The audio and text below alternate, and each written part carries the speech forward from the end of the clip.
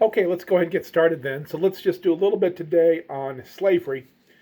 So if we look at some of the origins of slavery, it goes back to 1619 to John Rolfe and tobacco in Jamestown. The major slave crops, though, in the United States for enslaved people, then, however, will be rice and cotton will be the primary ones. And enslavement will spread across the South, across the cotton belt and the rice belt. There will immediately be people who protest, of people from who are being brought in the transatlantic slave trade from Africa, who try to escape off of the ships. Although 13 million people embark from Africa, only about 12 million make it to the Western Hemisphere. The largest countries initially of enslavement are Brazil, Cuba, Haiti, what's called San Domingue at that time, or the Dominican Republic. There are immediately rebellions. Although the enslaved people are in a power gradient where they really have everything against them, the power of the plantation owners, the weapons of the plantation owners, the state sanctioning at the local level of police, of state laws, of local laws, of federal laws are all against them. There are some famous rebellions that we know of, those of Nat Turner, Gabriel Prosser, Denmark Vesey. The one thing that comes clear from the rebellions is that is not going to be the successful path to slavery, to freedom. The most successful one, Nat Turner's rebellion, success being defined by the number of white people who were killed in the 5 to 6, 7 dozen range. All of the people who were part of the rebellion are captured and killed and executed. One of the more important movements in what becomes abolition, what becomes the Emancipation Proclamation in 1863, January of 1863, and the 13th Amendment in 1865, one of the more important things is the abolitionist press. The abolitionist press are people who aim at the minds and the hearts of good northern people who just don't get how evil slavery is. Among the most important members are Harriet Beecher Stowe, who wrote Uncle Tom's Cabin, who educated Northerners about the evils of slavery, that it's not just like Northern factory workers, that it's not just another hard day's work, that the enslaved people are not benefited because they're provided food and shelter and clothing, that it was not, in the terms of John C. Calhoun, it was not a positive good. The abolitionist press is very important in conveying those ideas. Frederick Douglass, with his newspaper, The North Star, is an immediatist.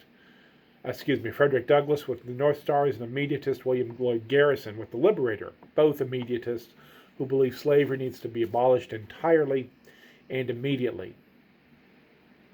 David Walker, in his book his essay Appeal to the Colored Citizens of the World, makes the same argument and suggests that perhaps that violence is going to be necessary because nothing else had worked.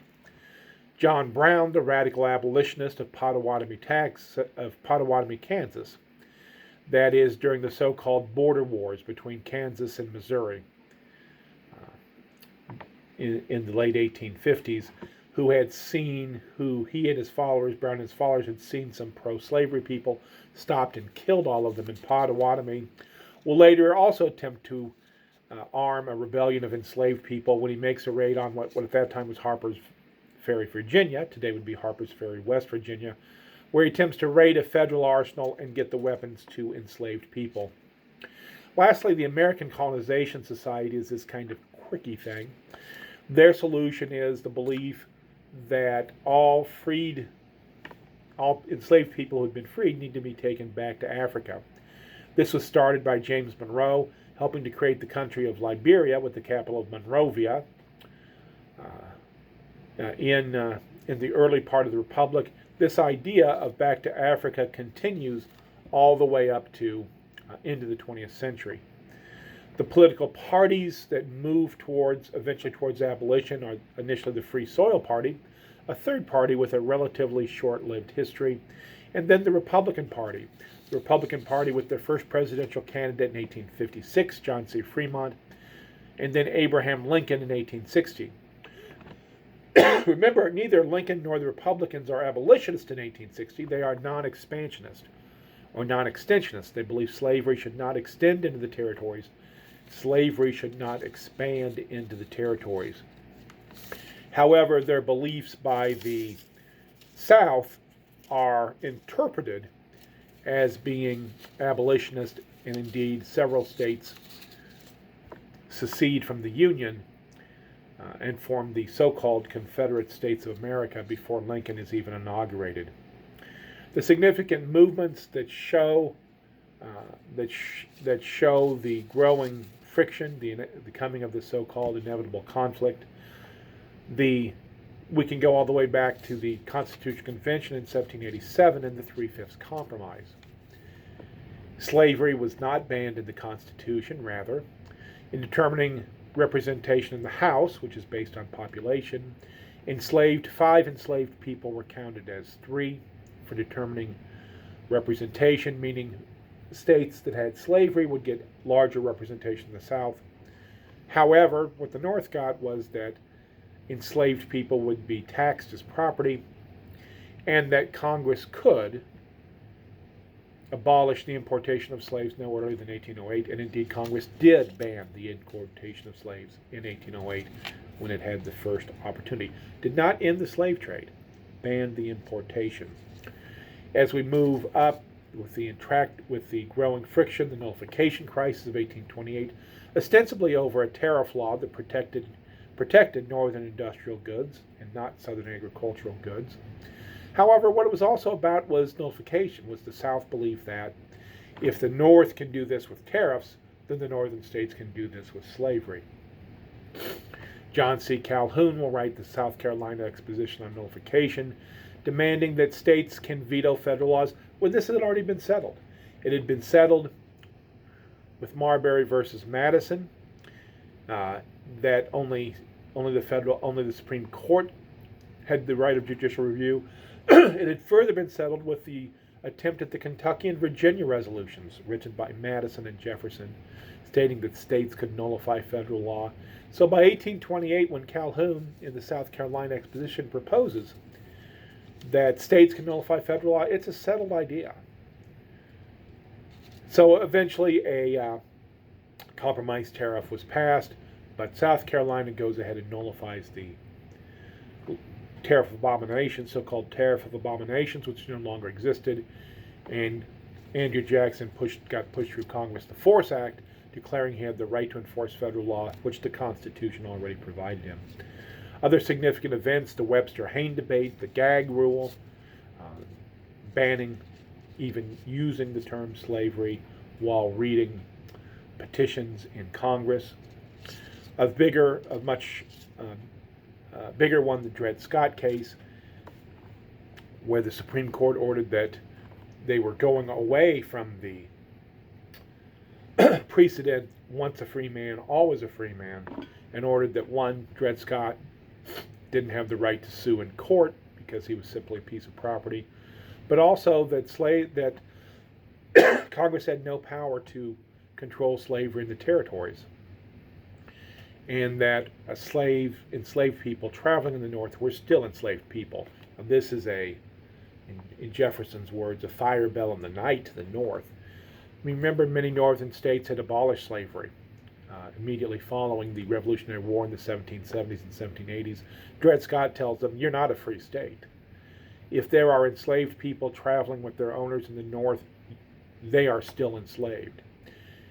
Dred Scott case tells Northerners if slaves through the Underground Railroad and people like Harriet Tubman escape to the North, you have to arrest them, find them, arrest them, and return them to the South. A lot of the actions that move us towards civil war focus both around enslavement and the movement west.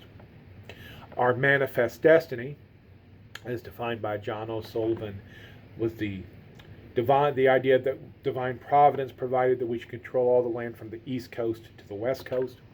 And as we did so, as Texas becomes an independent nation. The question is, will that become slave or not? As we eventually enter a war with Mexico, and through the Treaty of Guadalupe Hidalgo, gain what becomes the states of California, New Mexico, Nevada, Colorado, all the way up to Oregon. The question is, will this be free territory or slave territory? Remember, going into the war through the Wilmot Proviso and the Spot Resolution, attempts were made to stop land being obtained from Mexico from becoming slave states. David Wilmot proposed in Congress that any land taken from Mexico should not be allowed to be a free state. Of course, it's just called a proviso. He proposed it. It did not become law. Congressman Abraham Lincoln introduced the Spot Resolution, demanding to know the exact spot where the war began. He and many others believed in this grand conspiracy called slave power, that there was a shadow government, a shadow group of people bent on expanding the territory that where enslavement could take place, and that they got us into the war, that they sent soldiers into Mexico, that they instigated the war. So Lincoln demanded, I want to know the spot, because if the spot is in Mexican territory, then we should not be fighting in the war. Again, that also went nowhere, and through the Treaty of Guadalupe Hidalgo, we have a vast new territory that is south of 3630. Remember, south of the line drawn in the Missouri Compromise, so that it would all come in as slave territory. By 1850, California met the qualifications necessary to become a state. Because it was both north and south of 3630, it couldn't come in as both a free state and a slave state. So the Compromise of 1850 was made, allowing California to come in as a free state, and also ending the selling of slaves in the District of Columbia. Many people felt that it was just wrong, literally, figuratively, in the shadows of the Capitol, to be selling enslaved people, and they were able to ignore it more if it happened only in the great ports and in the South. With 1854, the Kansas-Nebraska, so there's also in the Compromise of 1850, a very strong Fugitive Slave Act is passed. This also gets reactions from northern states where they pass things called personal liberty laws. Through personal liberty laws, states like Massachusetts attempted to nullify federal law to order their state police, their local police, don't enforce the Fugitive Slave Act. It does not apply. It is not in effect in our state. In 1854, the Kansas-Nebraska Act is passed. As the territory of Kansas met qualifications necessary to become a state, it is determined that popular sovereignty will decide. That once a territory meets the qualifications necessary to become a state, that the people of the state, popular, will vote, they're in charge, and if the majority of them vote free, it will come in as a free state. If the majority vote slave, it will come in as a slave state. Kansas then breaks into an open civil war. They will have a pro-slavery constitution written by a group calling itself the legislature in Lecompton, Kansas. They will have an abolitionist constitution written by a group calling themselves the state legislature. In Lawrence, Kansas, they will submit both to Congress. In the meantime, Kansas breaks into open warfare, thus the name Bleeding Kansas. So popular sovereignty, indeed, is also not the answer. Unfortunately, civil war does begin, at least with the attack on Fort Sumter in 1861.